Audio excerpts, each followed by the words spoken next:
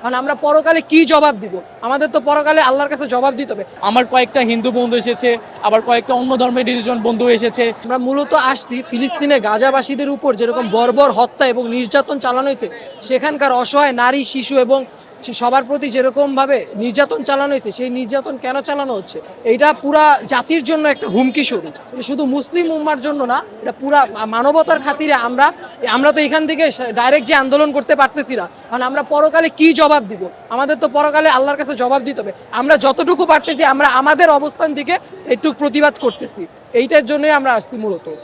আমার কাছে এই কর্মসূচির প্রথমে আমি আসছি লং মার্চ টু গাজার উদ্দেশ্যে। আমাদের এই কর্মসূচিটার কারণ হচ্ছে আপনারা সকলেই জানেন যে গাজায় যে অর্থাৎ ফিলিস্তিনে যে গণহত্যা এবং সকল দ্বারা যেভাবে গণহত্যা চলছে, সেই গণহত্যায় আমাদের শিশু থেকে শুরু করে বৃদ্ধ মানুষ পর্যন্ত কাউকেই কিন্তু ইসরায়েলি সেই বাহিনীগুলো ছেড়ে দিচ্ছে না, যে কারণে বিশ্ব বিবেক ঐক্য হওয়ার জন্যে এবং পুরো আমরা দেখতে পাচ্ছি যে পুরো পৃথিবীতেই কিন্তু গাজার অর্থাৎ ফিলিস্তিনের পক্ষে একটা বিক্ষোভ মিছিল, মানে ইসরায়েলের বিরুদ্ধে একটা বিক্ষোভ মিছিল করছে। সেই প্রেক্ষাপটে আমাদের বাংলাদেশের আজকে যারা হচ্ছে বিশেষ পার্সনরা ছিল, যেমন মিজানুর রহমান আজহারি এবং আদার্স যারা আমাদের বড় বড় আমাদের আইডল যারা ছিল, তারা আজকে আমাদের এই আন্দোলনটা ডাক দিয়েছে লং মার্চ টু গাজা।